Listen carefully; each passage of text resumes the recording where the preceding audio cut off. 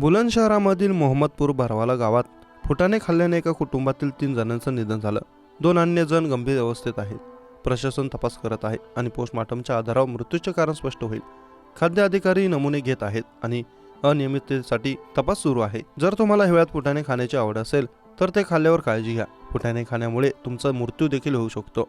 ही बातमी तुम्हाला विचार करण्यास भाग पाडू शकते. बुलंदशहरामध्ये अशाच प्रकारची एक दुर्दैवी घटना घडली.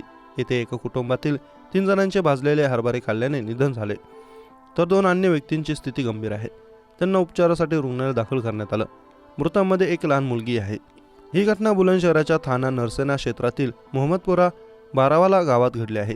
24 नोव्हेंबरच्या संध्याकाळी पीडित कुटुंबाने बाजारातून हातगाडीवरील फुटाणे विकत घेऊन खाल्ले होते. त्यानंतर 25 नोव्हेंबरच्या सकाळी 50 वर्षीय आजोबा कालुआ सिंह आणि 8 वर्षीय लहान नातू लविश यांचा मृत्यू झाला. आज सून जोगेंद्रा यांचंही निधन झालं आहे. घटनेची माहिती मिळताच वरिष्ठ पोलीस अधिकारी घटनास्थळी पोहोचले असून प्रशासनाने मृत्यूचे कारण समजून घेण्यासाठी तपास सुरू केला. मृतांच्या नातेवाईकांनी पोस्टमॉर्टम न करता दोघांची अंत्ययात्रा काढली. मात्र आज मृत महिलेचं पोस्टमॉर्टम केलं जात आहे. पोस्टमॉर्टम रिपोर्टच्या आधारावर मृत्यूचं कारण स्पष्ट होईल. या संदर्भात खाद्य अधिकारी विनीत कुमार यांनी सांगितले की फुटाणे आणि इतर खाद्यपदार्थांचे नमुने घेतले जात आहेत आणि लॅबमध्ये पाठवले जात आहे. जर कुठली अनियमितता सापडली तर नियमानुसार कारवाई करण्यात येईल. सध्या तपास सुरू आहे.